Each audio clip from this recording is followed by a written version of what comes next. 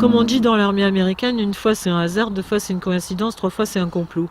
Ce que j'ai découvert est tellement horrible qu'on a un peu de mal à croire que c'est vrai. D'ailleurs, c'est John Edgar Hoover, qui était le patron du FBI, qui disait que l'individu est placé devant une conspiration tellement grande qu'il a du mal à admettre que ça existe.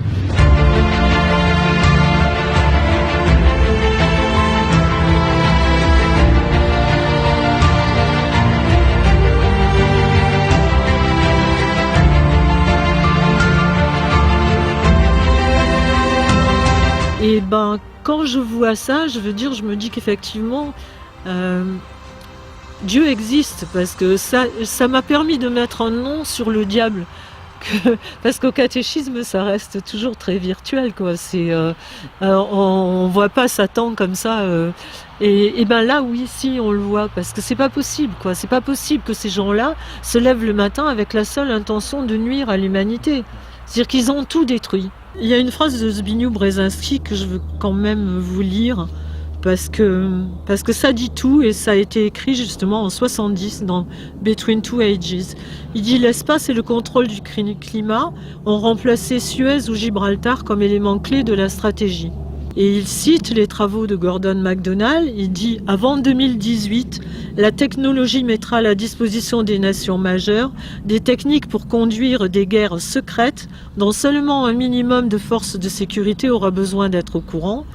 Une nation peut attaquer une nation concurrente secrètement par des moyens bactériologiques, affaiblissant entièrement la population avant d'en prendre le contrôle avec ses forces armées. C'est clair. Ou bien des techniques de modification du climat pourraient être employées pour produire des périodes prolongées de sécheresse ou d'inondation, affaiblissant ainsi les capacités d'une nation et la forçant à accepter les demandes de sa rivale. Parce qu'il y a ça aussi, il y a l'indépendance alimentaire. C'est-à-dire qu'à partir du moment où plus rien ne va pousser, sauf les plantes résistantes à l'aluminium, non seulement ils vont pouvoir nous vendre que leurs substances merdiques, c'est vraiment néfaste pour nous, et on ne pourra pas refuser parce que sinon on va mourir de faim, mais ils peuvent aussi nous affamer parce que toutes les semences, les séquences ADN des semences, à part Cocopelli justement et deux ou trois qui gardent les semences anciennes et qui sont emmerdées comme c'est pas possible, les semences, toutes les séquences ADN de toutes les semences du monde sont dans un coffre-fort en Alaska qui appartient aux mêmes, c'est-à-dire à Bill Gates, Rockefeller, Syngenta, Bayer, enfin que des gens qui veulent notre bien. Effectivement, on sera obligé soit de manger ce qui leur appartient, ou alors de crever de faim, et on n'aura plus aucune indépendance alimentaire. L'eau, c'est pareil, c'est-à-dire qu'à partir du moment où vous pouvez créer des nuages qui sont porteurs d'eau, ou assécher les nuages avec des épandages, par exemple, d'aluminium qui vont refléter les trucs, ou qui vont, par exemple, ils épandent aussi des polymères. Les polymères, ça absorbe l'eau, donc ça permet de ne pas faire pleuvoir à un endroit et de porter la pluie ailleurs. C'est-à-dire que ces gens-là pourront aussi décider qui va crever de soif et qui va boire. Et donc ça pose vraiment des tas de problèmes au niveau de l'humanité. Après, il y a effectivement les guerres, comment mettre une nation à genoux. C'est-à-dire que si on peut faire un ouragan, et ils peuvent effectivement avec le système HARP, dont je vais vous parler tout de suite après, ils ont la possibilité de créer des ouragans, des tremblements de terre, des tsunamis, ce qu'ils veulent. Donc ça permet de dire à une nation, si t'es pas sage, voilà ce qui va t'arriver. Ou si carrément s'ils insistent, de le faire et puis de voir après. Quand on a X milliards de destruction dans un pays, on est un peu moins enclin à tenir tête. Et puis il y a aussi l'armée, c'est-à-dire tout ce qu'ils peuvent faire effectivement comme système de surveillance et de guerre, carrément de guerre, c'est-à-dire de mettre un continent effectivement ou un pays à genoux. À part ça, on est des complotistes.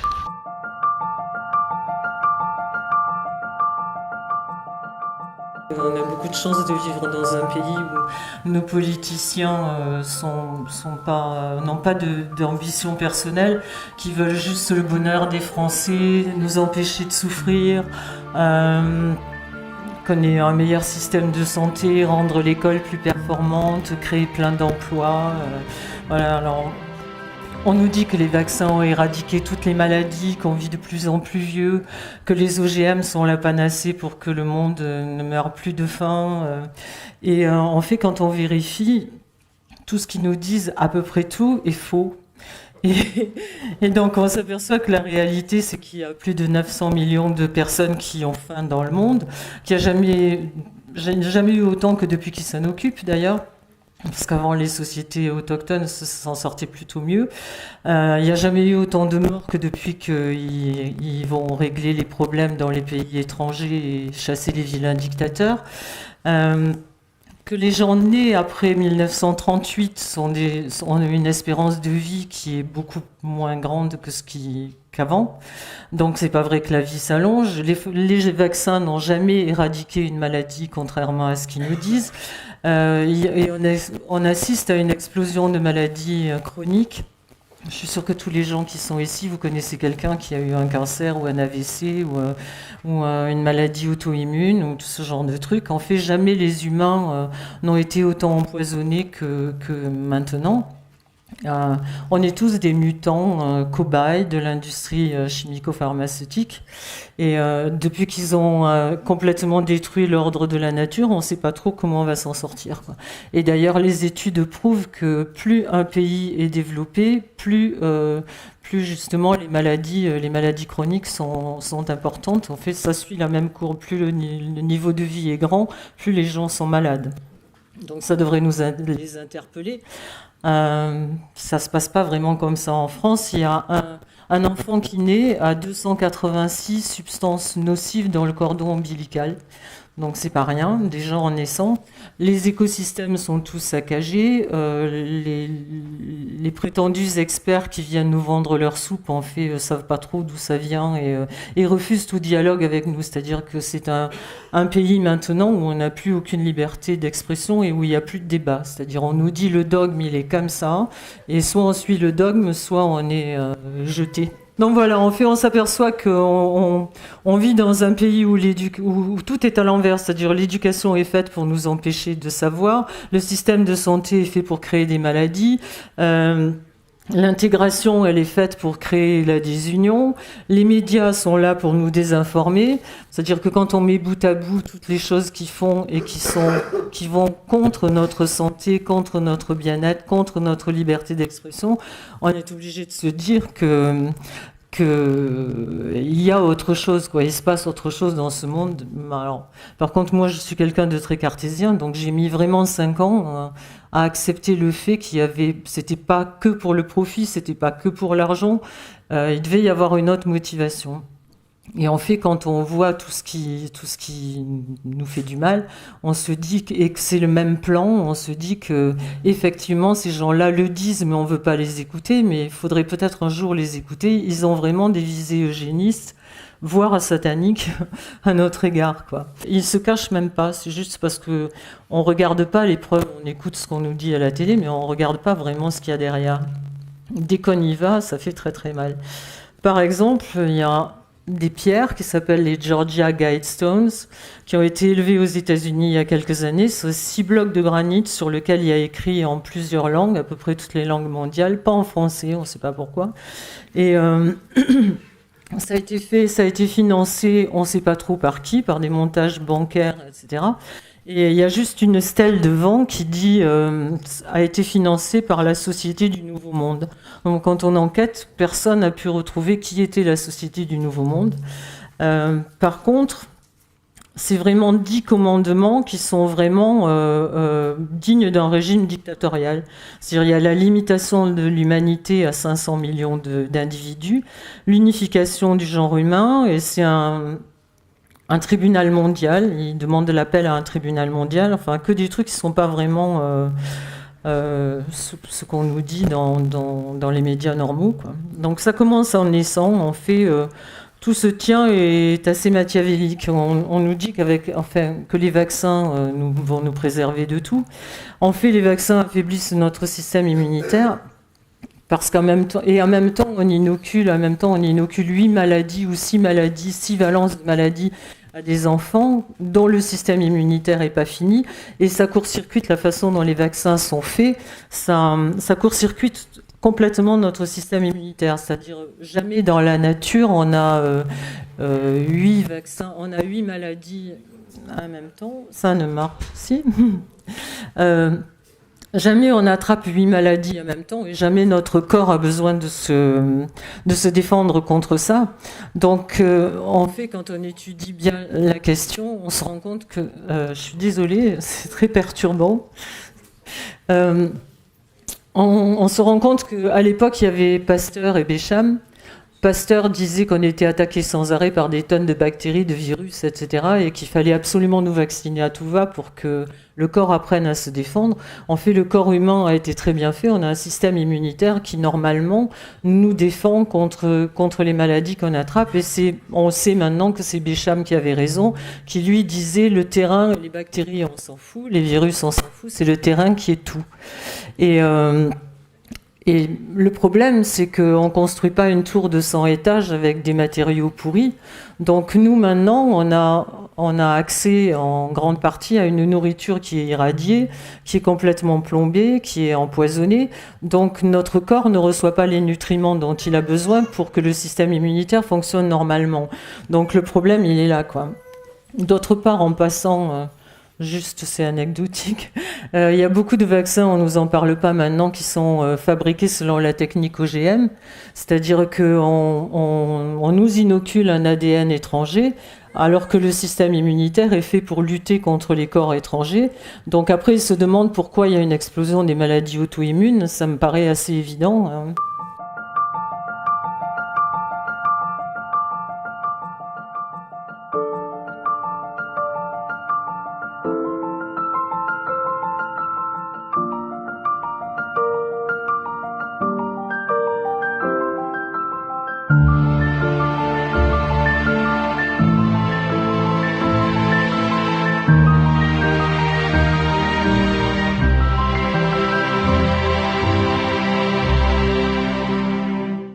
En fait, moi j'ai été élevée à la campagne, donc je regarde souvent le ciel, contrairement à beaucoup de gens maintenant qui regardent leur iPhone et leur tablette et le match de foot à la télé.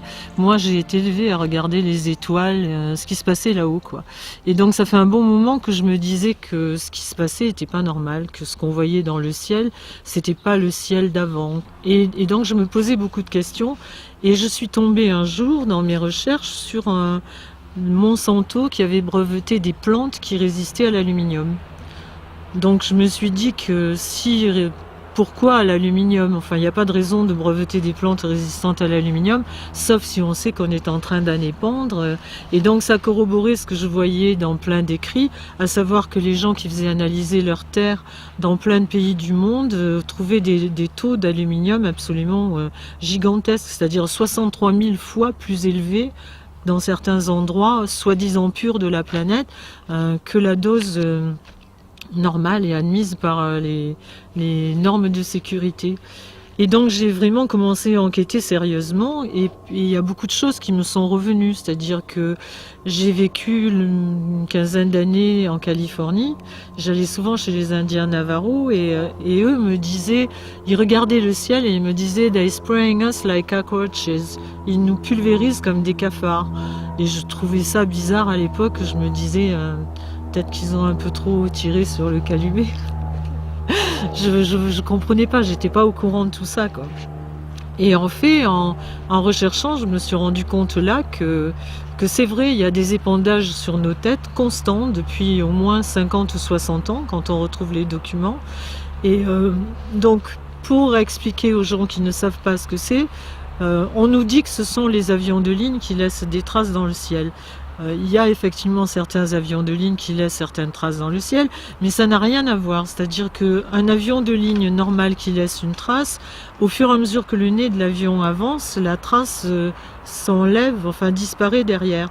Dans le phénomène de ce qu'on appelle chemtrails, c'est-à-dire chemical trails, les traces chimiques, on voit bien l'avion, on voit une trace qui est beaucoup plus longue que normale et qui ne disparaît pas au fur et à mesure que l'avion avance, mais qui se désintègre et qui touche les traces d'à côté.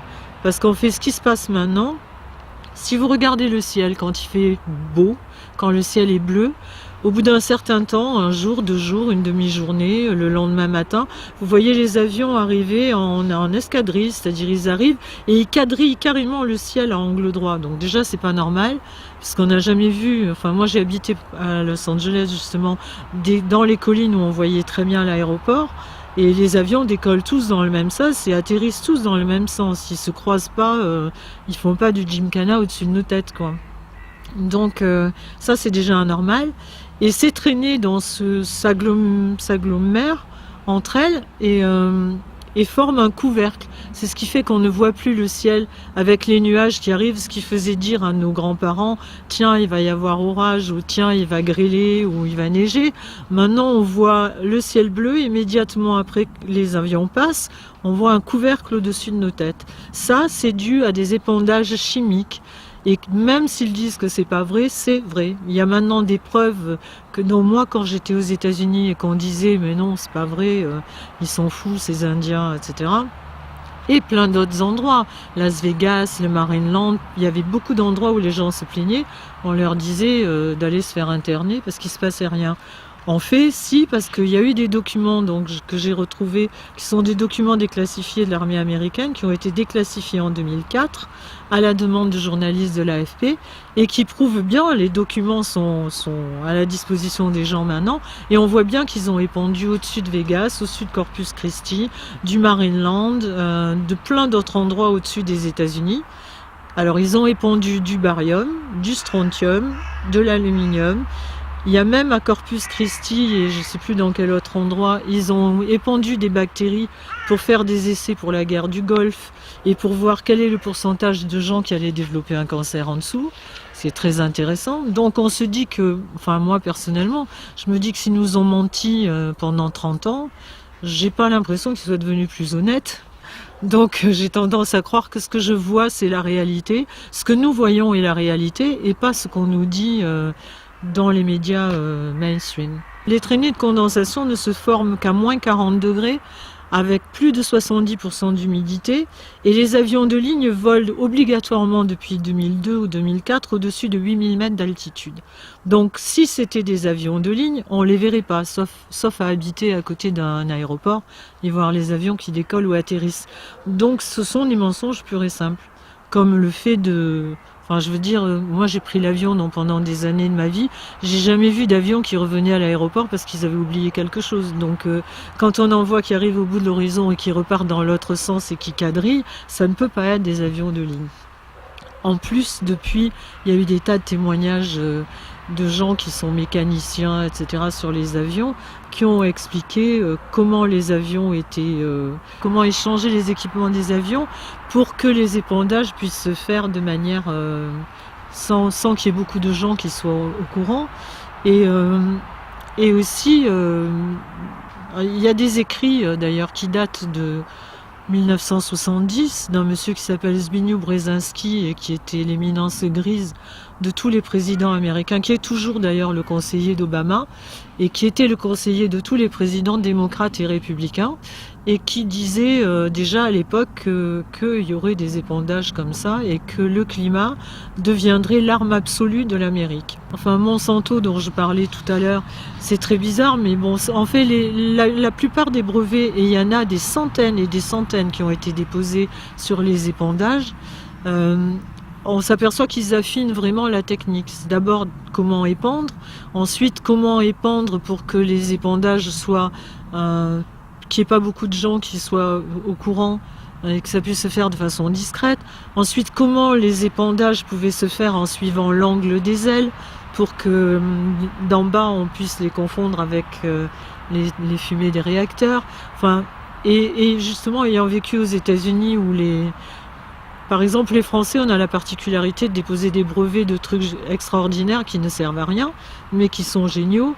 Les Américains, c'est pas du tout ça. Quand ils inventent toujours le petit truc qui manque pour faire du fric et pour avoir du succès tout de suite. Donc je vois mal les Américains déposer des centaines et des centaines de brevets pour un truc qui n'a aucune application.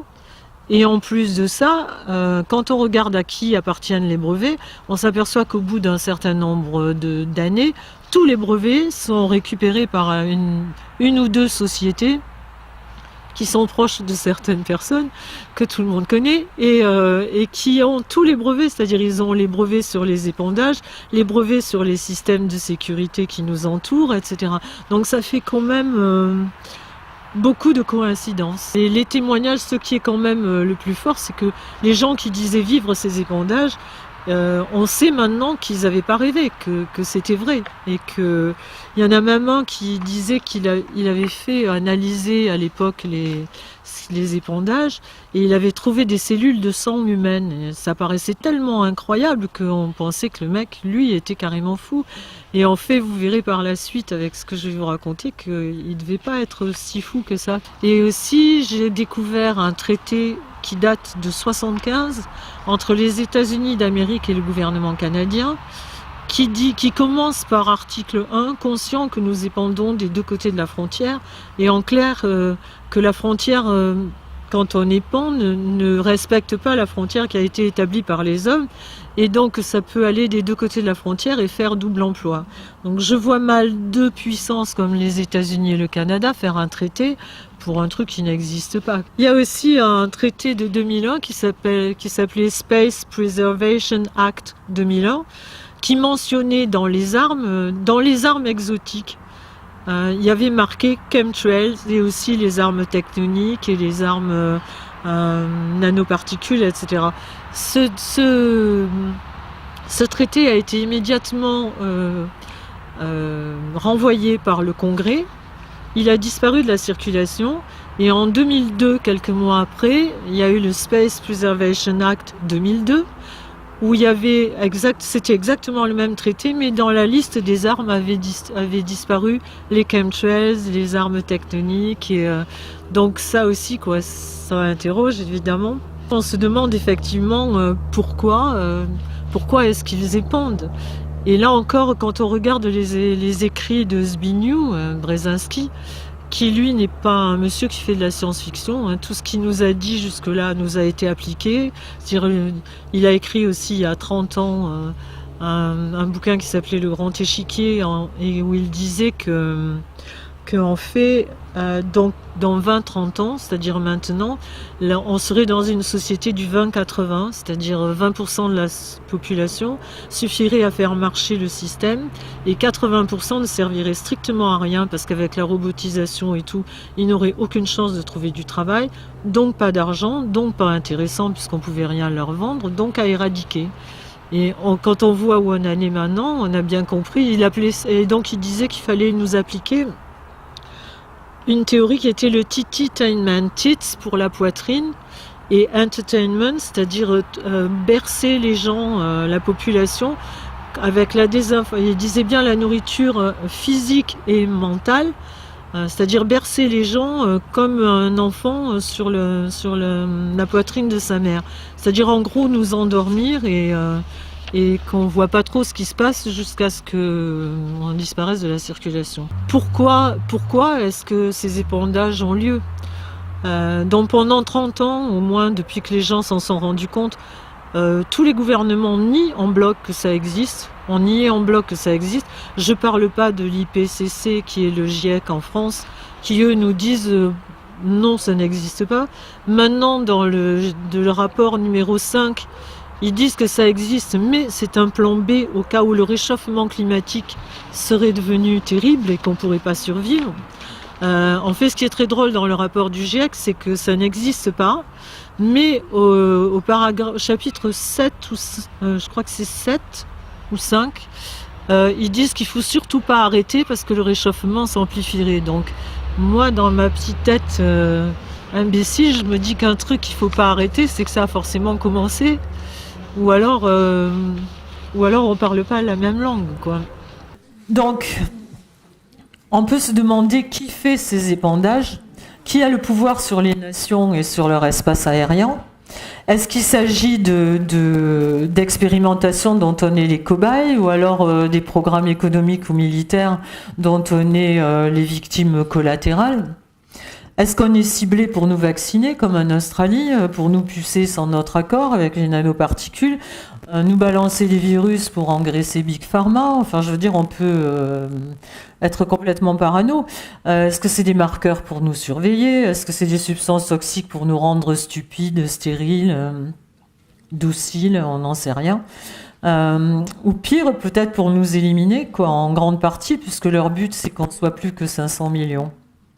En tout cas, ce qui est sûr, c'est que ce sont des expériences in vivo qui n'ont pas le droit, et que si on était vraiment, comme ils le disent, dans un monde qui doit marcher avec des lois qui nous protègent, c'est contraire à l'article 3 de notre Constitution, qui dit que toute personne a droit à la vie, à la liberté, à la sûreté de sa personne.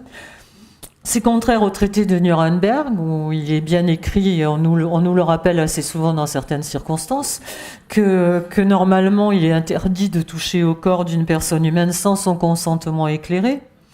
Là, ils ne nous demandent pas. Donc, en fait, maintenant, comme ça commence quand même à bouger, à se savoir, ils nous disent que les épandages seraient un plan B pour le cas où la situation du réchauffement climatique deviendrait terrible et où on serait obligé de faire quelque chose. Parce que la préoccupation de nos gouvernants, vous l'avez vu, c'est le gaz à effet de serre et le réchauffement climatique. Et surtout d'origine anthropique, c'est-à-dire l'ennemi, c'est le CO2 d'origine humaine. C'est nos petites voitures diesel qui polluent et surtout les vaches qui pètent. Ça, c'est... Comment ? Oui, on va interdire les feux de bois aussi. Alors déjà, c'est faux quand ils disent qu'ils épandent contre le réchauffement climatique, c'est faux déjà pour une raison très simple, c'est que dans la patente Welbach, il est bien marqué que plus on épand, plus on réchauffe. Et que une fois qu'ils ont commencé d'épandre, c'est à perpétuité. C'est-à-dire, s'ils s'arrêtent, le réchauffement prend une ampleur démesurée. Donc évidemment, ils ne parlent pas non plus ni de la pollution des militaires, ni de la pollution des gros industriels. On nous dit jamais non plus que ce qu'ils nous disent ne fait pas l'unanimité. C'est-à-dire, il y a un manifeste qui a été signé par 32 000 scientifiques de haut niveau dans le monde qui disent que c'est une aberration totale. On nous parle juste du GIEC et de l'IPCC et de ces gens-là en nous disant comment, mais c'est un collège de 2000 experts, des tops mondiaux, etc. Quand on regarde déjà sur les 2000, il y en a 20 qui sont climatologues, les autres ils sont pas plus, pas plus experts que vous et moi. Et aussi, ce qu'il faut savoir, c'est que ces experts-là, c'est pas du tout, comme on nous le dit, quelque chose d'indépendant. C'est comme la réserve fédérale ou le Codex Alimentarius, c'est-à-dire que les experts sont nommés par les gouvernements et c'est sous l'égide de l'ONU. C'est-à-dire qu'en fait, ils sont là pour servir la messe, quoi. On peut lire dans un document de l'US Air Force de 1996 qui s'appelle Air Force 2025 Final Report, la modification des conditions météo offre aux combattants de guerre un large éventail d'options pour faire échec ou contraindre l'adversaire, les techniques pour déclencher des inondations, des ouragans, des tremblements de terre, et va devenir un premier élément de sécurité intérieure et internationale, avoir des implications offensives et défensives, et même être utilisé comme un moyen de dissuasion. C'est quand même un document de l'US Air Force, c'est pas un truc de charlatan, quoi. C'est eux qui l'ont écrit, hein. Il y a aussi un nouvel aspect de cette guerre au Vietnam sur lequel je propose de nous arrêter un instant. Il s'agit de la guerre météorologique. Selon plusieurs journaux, en effet, des journaux américains en particulier, les Américains, précisément, de façon à gêner les mouvements des troupes ennemies, réussiraient actuellement à provoquer des chutes de pluie sur certaines zones de combat. Cela peut paraître surprenant, et pourtant ce n'est pas une technique tout à fait nouvelle, François Pilosé.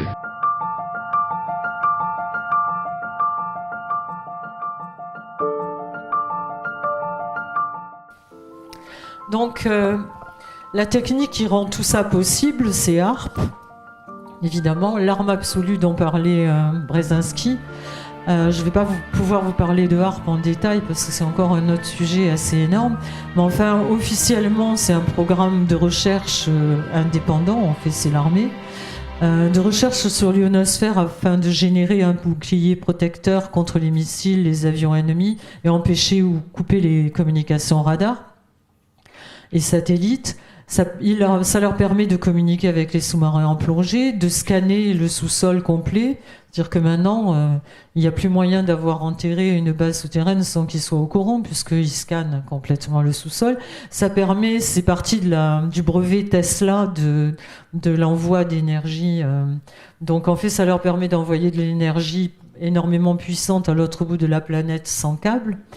En fait, on voit que parmi les gens qui ont travaillé dessus, comme Nick Begich depuis des années, disent que l'objectif de HARP, c'est de pouvoir atteindre et bombarder à volonté n'importe quel point de la Terre et de l'espace avec un faisceau d'énergie directif ultra puissant, sans utiliser de satellites. C'est pour ça que ça peut provoquer aussi des tremblements de terre, des explosions plus puissantes que la bombe atomique.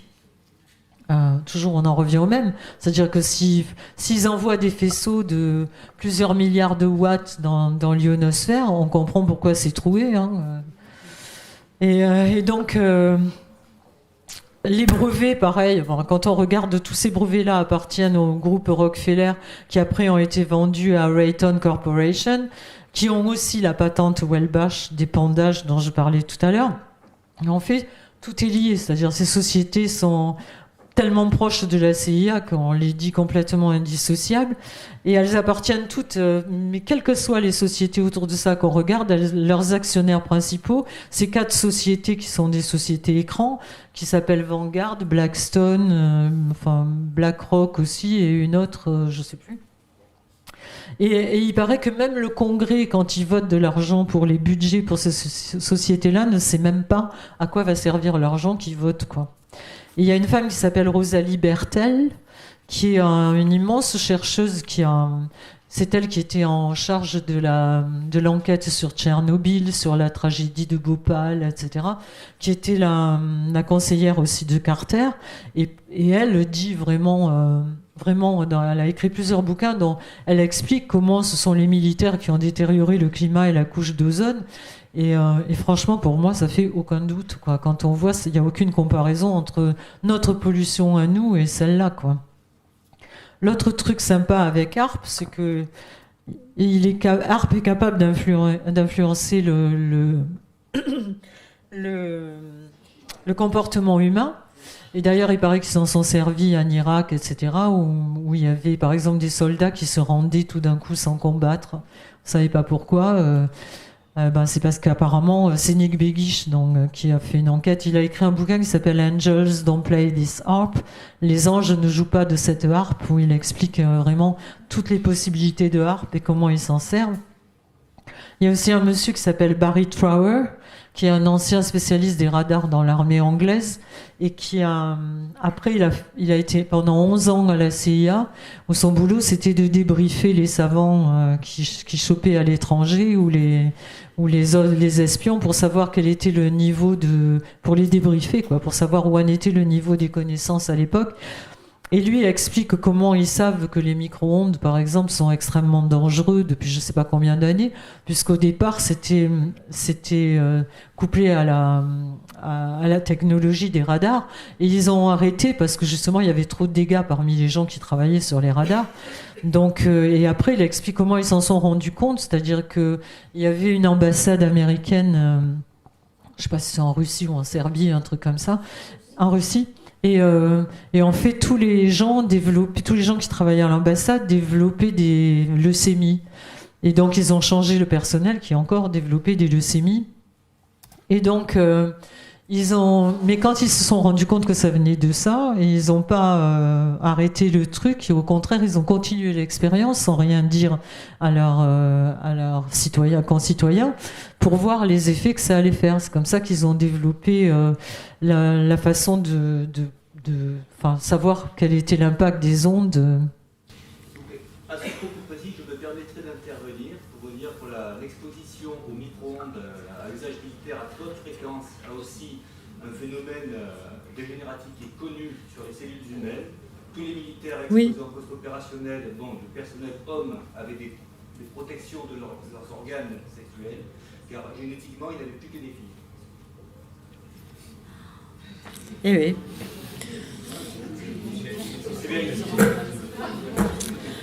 Donc voilà, donc Barry Trower explique aussi comment, c'est-à-dire aussi que comment ils peuvent suivre par exemple une manifestation ou influer sur une manifestation d'1 million de personnes et d'un autre côté suivre une seule personne ou un seul organe d'une personne parce que chaque être humain a une fréquence qui lui est propre comme les empreintes digitales, comme l'ADN. Je veux dire, ils sont capables de spécifiquement cibler quelqu'un. Ils peuvent aussi, je veux dire, il y a aussi les implants. Il y a plein de trucs quoi, qui se passent en ce moment. Barry Trower dit aussi qu'il part en guerre contre le Wi-Fi. Il dit quiconque installe le Wi-Fi dans une école devrait être enfermé à vie. Ils ne sont pas dignes de fouler le sol de cette planète. Il dit que le Wi-Fi, c'est la thalidomide du siècle. D'ailleurs, il y a une enquête du New York Times que vous avez dû voir, qui n'est pas spécialement un journal conspirationniste, c'est une journaliste qui est allée enquêter chez tous les patrons de Silicon Valley, Steve Jobs, etc., pour leur demander comment, si leurs enfants... Steve Jobs, elle lui a dit, mais votre fils doit être super content avec le nouvel iPad. Il a dit, mais il n'a pas d'iPad, il n'en aura pas, quoi. Et il a expliqué pourquoi. Et il a dit, ils disent, ouais, mais nous, on sait ce que ça fait. Donc, leurs gosses vont à l'école où il n'y a pas de Wi-Fi, où ils ont des tableaux avec la craie et des bouquins. Et il disait, il a tous les bouquins qu'il veut, mais Wi-Fi, non. Et il faut croire qu'ils savent des choses qu'ils ne nous disent pas. Hein. Donc, effectivement, Barry Trower, qui est un spécialiste, dit qu'un enfant qui a 2 minutes un portable à l'oreille, ses ondes cérébrales mettent 2 heures à redevenir normales. Il explique aussi comment une femme, par exemple, qui est enceinte et qui joue avec une tablette plusieurs heures, irradie, si elle est enceinte d'un bébé femelle, ça irradie les 400 000 ovocytes. Déjà, les 100 premiers jours de la grossesse, c'est le moment où se forment les ovocytes. Et il dit que ça irradie complètement le capital génétique du bébé femelle. C'est-à-dire que lui, il dit que dans 3 générations, si ça continue comme ça et si les femmes font pas attention, ben ça va être l'extinction des femmes quoi, de la race. Donc en fait, bon, la question qu'on se pose tous, hein, moi comme tout le monde, une fois qu'on sait tout ça, c'est quel est notre avenir là-dedans quoi. On est obligé de constater que tout ce qu'ils font, c'est pour nous abîmer et qu'ils n'ont pas de bonne intention à notre égard. Ils nous rendent malades, ils nous rendent stériles, je veux dire, ils s'en cachent même pas, quoi. Donc, quand on voit, je veux dire, tout quand on ajoute tout entre les vaccins, les OGM, les pesticides, les ondes, je veux dire, qu'est-ce qu'il faut faire, quoi. Donc, je pense quand même que alors ça, c'est mon analyse, mais on est pas mal à la partager.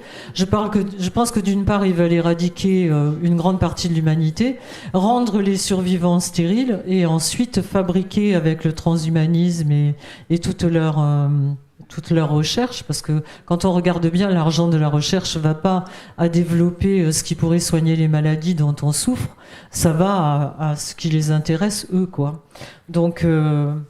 je pense qu'après avoir rendu les gens qui restent stériles, ils veulent fabriquer des esclaves qui leur vont à eux, qui vont être pointus dans les domaines qui les intéressent, dans chaque domaine qui les intéresse. Et voilà quoi. Donc si vous n'êtes pas convaincus qu'ils sont eugénistes, je vais vous passer quelques phrases. John Paul Holdren, qui est le conseiller scientifique d'Obama, dit « Un programme de stérilisation des femmes après leur 2e ou 3e enfant. La capsule pourrait être implantée à la puberté et être amovible avec une permission officielle pour un nombre limité de naissances. » Bon, ça, c'est le gentil.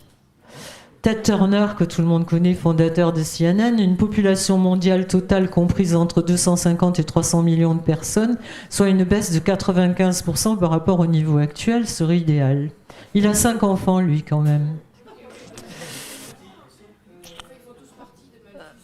Oui, David Brower, qui est le premier directeur du Sierra Club, qui est un think tank aussi. La grossesse devrait être un crime punissable contre la société, à moins que les parents aient une licence du gouvernement. Tous les parents potentiels devraient être tenus d'utiliser des contraceptifs chimiques et des antidotes seraient donnés par le gouvernement aux citoyens choisis pour procréer. Ça, c'est extraordinaire pour des gens de mon âge qui ont grandi, où on nous a dit le planning familial, ouais, c'est génial. Margaret Sanger, fondatrice du planning familial, la chose la plus miséricordieuse qu'une grande famille peut faire pour un de ses enfants est de le tuer. Et la dernière, qui est la meilleure, Ça, c'est 2 chercheurs de l'université de Melbourne, dont c'est elle, Francesca Minerva, qui a écrit « Nous croyons que lorsque des situations similaires à celles justifiant l'avortement se produisent après la naissance, on devrait être autorisé à ce que nous appelons l'avortement post-natal. Donc, dire que le meurtre d'un nouveau-né peut être éthiquement acceptable dans les circonstances telles que celles d'un avortement. Ces circonstances comprennent, outre les handicaps, les cas où le nouveau-né a le potentiel d'avoir une vie décente, mais le bien-être de la famille est en danger. » Alors elle, il faut aussi aller voir sa tête, parce qu'elle est extraordinaire. Elle a un sourire éclatant, elle est super jolie, et elle ne comprend pas pourquoi elle a reçu des menaces de mort, en disant « mais ça aurait jamais dû sortir, c'était un communiqué entre scientifiques, quoi. » Donc voilà, je ne vais pas vous parler du transhumanisme, etc., quoi, parce que c'est encore un autre sujet, mais c'est évident que effectivement, la recherche va à l'utérus artificiel, à la GPA. C'est pas pour rien qu'on a eu le mariage gay. Au moment où le monde entier est dans la merde la plus totale, la priorité de tous les gouvernements mondiaux, c'était le mariage gay. Il y a bien une raison quand même. Ils avaient d'autres soucis, quoi. Et donc voilà. Alors il y a un monsieur aussi qui est aussi bien que David Keefe pour les épandages, qui s'appelle Kurt Svell, qui vient d'être recruté par Google. Et Google, c'est en fait... Google vient de racheter ces dernières années toutes les sociétés qui font des recherches sur le transhumanisme et toutes les sociétés qui font de la manipulation génétique. Et ils viennent d'engager Kurzweil. Allez le voir aussi, il a une bonne tête de malade. Et lui, il est intimement convaincu, parce que des fois on me dit, mais oui, mais eux, ça va être pareil pour eux, puisque... Oui, mais lui, il est parfaitement convaincu que l'humanité, enfin, la création, c'est de la merde, et que l'avenir de l'humanité, c'est le transhumanisme. C'est-à-dire qu'il y aura évidemment, c'est pas à lui qui va se l'appliquer, hein. Mais quand il y aura des gens qui vont être nés d'un utérus artificiel dans une boîte sur un rayonnage et qui vont rester 18 heures par jour branchés avec un computer qui va télécharger leur cerveau et qui vont télécharger le computer, je vois pas ce qui va leur rester d'humain, hein. D'ailleurs, et d'ailleurs, il y a des écrits... J'ai retrouvé des documents de la NASA où, à partir de 2025, il y en a un où ils mettent toute l'origine de l'évolution de l'humanité. Et le tableau, il y a d'abord l'humanité qui vit de la cueillette, ensuite qui vit de l'agriculture sédentaire, ensuite qui vit de l'industrie, l'industrialisation. Là, on est dans nano et biotechnologie, et à partir de 2025, il y a marqué virtuel post-humain. Et il y a aussi un autre document de la NASA qui est intéressant où il se demande, c'est un document interne entre la NASA, la NSA, etc., où il se demande comment il faudrait réformer la Constitution américaine pour que les post-humains qui sont pas totalement humains mais qui sont encore humains, quels droits il fallait leur donner, quoi. Donc on n'est pas dans un rêve, on est vraiment dans... Donc on en arrive vraiment à ce que disait Huxley. Il me semble parfaitement plausible qu'il y ait dans 1 ou 2 générations un moyen pharmacologique pour que les gens aiment leur servitude, produisant ainsi une sorte de camp de concentration pour des sociétés entières, afin que les gens privés de liberté aiment ça, parce qu'ils auront perdu tout désir de se révolter grâce à la propagande, le lavage de cerveau, provoqué par des méthodes pharmacologiques. Je pense qu'on y est, hein. Donc voilà, écoutez, je pense que c'est pas une fatalité. Je veux dire que c'est le monde qu'ils veulent pour nous, mais c'est pas forcément celui qu'on veut. Et peut-être que ce serait le moment de leur dire qu'on n'est pas d'accord, quoi. Parce que dans quelques temps, je pense que ça va être trop tard. Quand on voit le taux d'autisme qui grimpe, je veux dire, il y a quelques années, c'était 1 enfant sur 1000. Maintenant, c'est 1 sur 57 pour les garçons aux États-Unis. C'est énorme. C'est-à-dire que si on continue comme ça, évidemment que les gens pourront pas se rebeller, puisque déjà on a du mal maintenant, mais entre ce qu'on prend sur la tête, sur toutes les pollutions, le taux d'autisme, etc., si on bouge pas maintenant, je pense qu'on est les générations charnières qui devront vraiment bouger notre cul, quoi. Il n'y a pas d'autre mot. D'autant que, je trouve ça assez... pendant qu'on nous exhorte hypocritement à aller commémorer les génocides anciens et j'allais dire variés, mais non, pas variés, en fait. Là, je veux dire, il y a un génocide total de la race humaine, et alors ça n'intéresse personne, quoi. Comment se prévenir de ça? Je sais pas. honnêtement, à part la prière, je vois pas grand-chose. Bon, on me dit souvent quel courage vous avez. Je vous garantis que je n'ai aucun courage, sauf que je ne peux pas supporter qu'on nous fasse ça. Voilà.